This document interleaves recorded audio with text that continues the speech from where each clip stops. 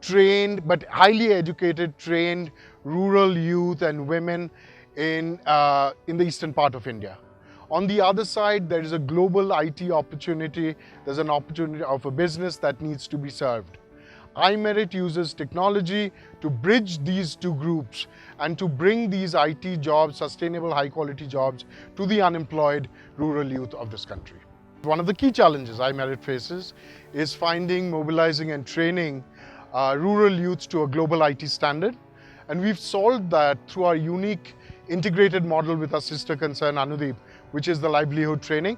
Through this unique integrated model, Anudeep and iMerit has found this pool of talented, qualified graduates and qualified people to do these IT jobs. The impact of iMerit can be measured both in terms of money and non-monetary impacts.